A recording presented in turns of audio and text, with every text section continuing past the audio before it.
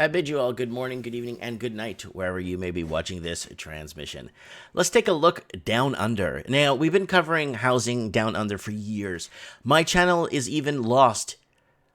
Australian housing videos have been deleted, or I've even had my channel suspended from uploading videos because of the Australian housing market over the years and covering what's been happening. Just like in Canada, a lot of foreign money coming in, and the locals could go to hell, and locals are kind of trying to get things straightened out and treated like second-class citizens in their own country, and a majority of them had to move to Hobart and other places for affordability levels, and professionals, even public service workers, like police officers and firefighters that can't even afford to live in their own major cities in Australia. They basically told locals to go to hell. And now, what is happening? Well, Australian housing market takes a huge hit with auctions to plummet further this weekend. The move online and uncertainty among buyers and sellers will test the skills of auctioneers. So they're moving it to online and to see how well the auctioneers could sell off their country. Who could sell their country off the fastest, right? Because the average Australian average wage earner, not minimum, average wage earner Australian, you see that house back there? You see that thing that is like two bedroom maybe? 3 on a good day? Do you know what that's worth in Australia, in one of the major cities? You know what that thing's worth? $2 million. It might have parking too. $2 million. That's worth $2 million.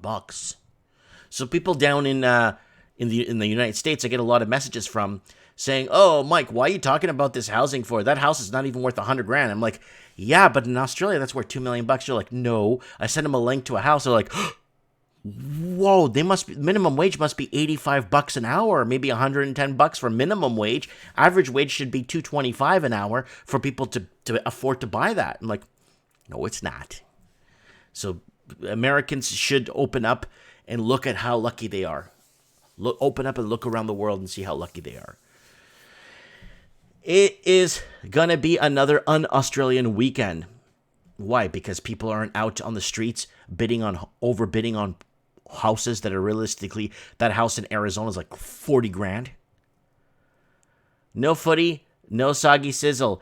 And another Saturday without the sound of auctioneer's cry and a hammer going down on a house sale. So in Ireland, in Dublin, it's a little bit different. In Dublin, they started seeing this rare phenomenon of foreign investing and bidding wars outside of homes 2 years ago in Ireland.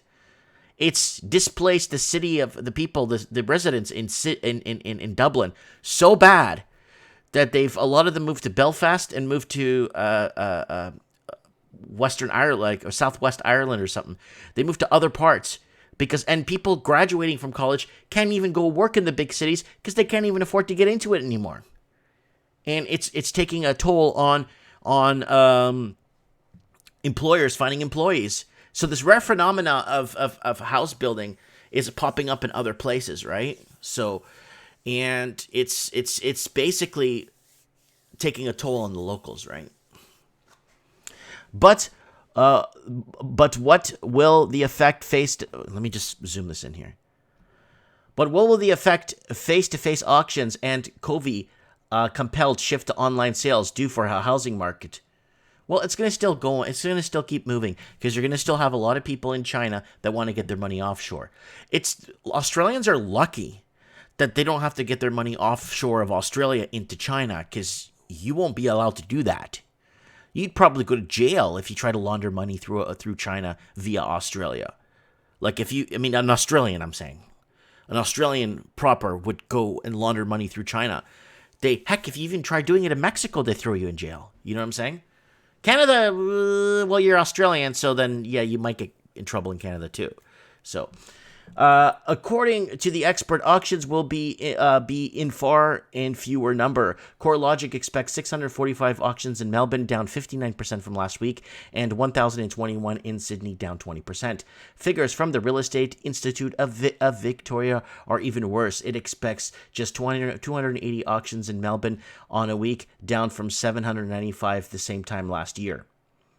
Experts are unsure if the sudden plunge in volume, together with the uncertainty. So, which Australian proper is going to go out there to bid on a house with no job prospects or unemployment skyrocketing because of COVID?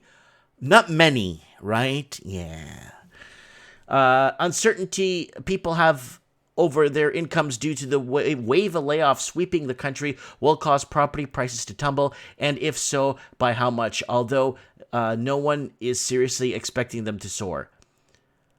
Buddy, who sells properties in Melbourne, leafy southeastern suburbs, and is a vice president, thinks the move online will test the skills of auctioneers like him.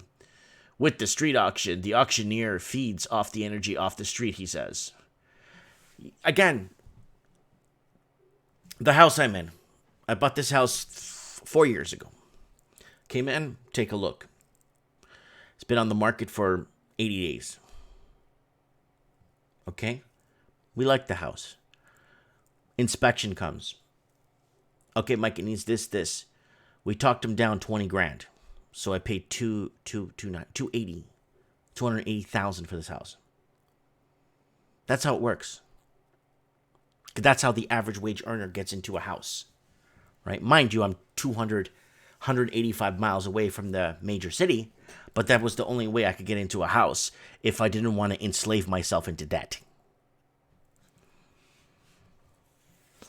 I'm also understanding that when there's a pause in the auction, I can see why. It's because buyers are talking among themselves, or they're seeking instructions or something like that. Whereas in online auction, I'm literally staring at an iPhone and I've got no feedback. Ratings agency Moody's expects a significant increase in mortgage defaults as a result of the devastation shutting down industries including hospitality, retail, and entertainment has wrought on the pay packets of workers. Wow, on the pay packets of workers. I've never said those words in that specific order in my life. It's like brain is like, what is this? In a report released on Tuesday, it said that the government's wages subsidy and the home loan deferral offered by the banks would reduce the surge for the next 6 months. However, we expect the defaults and losses to rise beyond this point, it said. Analysis and investment bank UBS, meanwhile, have modeled house prices falls of anywhere between 5% and 20%, depending on how severe the pandemic becomes. Oh, it's just getting warmed up there, guys. It's getting warmed up, right? A lot of this stuff sticks in you for 4 to 6 to 10 weeks, so things are warming up. The bank chief economist, George, said that the number of properties will collapse, likely more than halving through half near term, as long as the ban on auctions and open home inspections remains. No one inspects them. They just go buy it off site. They don't even see the property and they buy them. We also revise our forecasts for home prices to start falling. Given the hit to the demand from the looming sharp recession and spike unemployment, he said in a note clients said on Wednesday. So Australia, New Zealand, UK, Canada, it's going to be tough to see prices come down. They will come down, but it's going to take a while. A majority of the real estate is foreign owned, right? Not a majority, but a good portion of it is foreign owned. So the foreign ownership doesn't depend on wages, right? If it was back in the 80s and 90s when we actually secured our borders, the average wage earner, whole housing would be tied to average wage earners. And then when average wage earner loses average wage job, average wage earner defaults on mortgage, then housing corrects down to wages or where the economy is headed or recession is headed until they readjust and raise interest rates to 5, 6, and 7% to resuscitate the economy. But that's not the case in Australia and Canada and New Zealand and the UK. Meanwhile, the online property investment firms greed battles with fear amid guesses that the falls will be in order of about 20%. So 20% is enough to leave a lot of Australian proper that bought in the last, say, 4 years underwater. If they didn't touch their HELOCs or second mortgages or use their homes as ATM machines. That's, yeah. Real estate agents are generally unwilling to say that the market is set to tumble and the crisis is no different. The president of the National Body of Real Estate Institute of Australia agrees volumes will fall. Good. At least be honest about this, because people getting into the market thinking that it's going to be okay are going to lose their lives. They're going to lose everything they've worked for, especially if they put down a down payment. And especially in Australia where you can't walk away from a mortgage. But if you buy a pre-built, in Australia and the company folds, you don't get your money back. That's how it works. You walk away from a pre-built because you can't afford it anymore or something, they go after you in courts. But if the company defaults that's building the home, you don't get your money back. Good luck. That's how it works. Remember, guys, this is how the system works now, right? I'm not convinced that we'll have a dramatic impact on values, he said, because what I'm seeing is there are a number of potential sellers who are and will choose to wait this out. Good. Be smart about it, guys. Housing is the most expensive asset, or for most people, the most expensive asset they'll ever own in their life.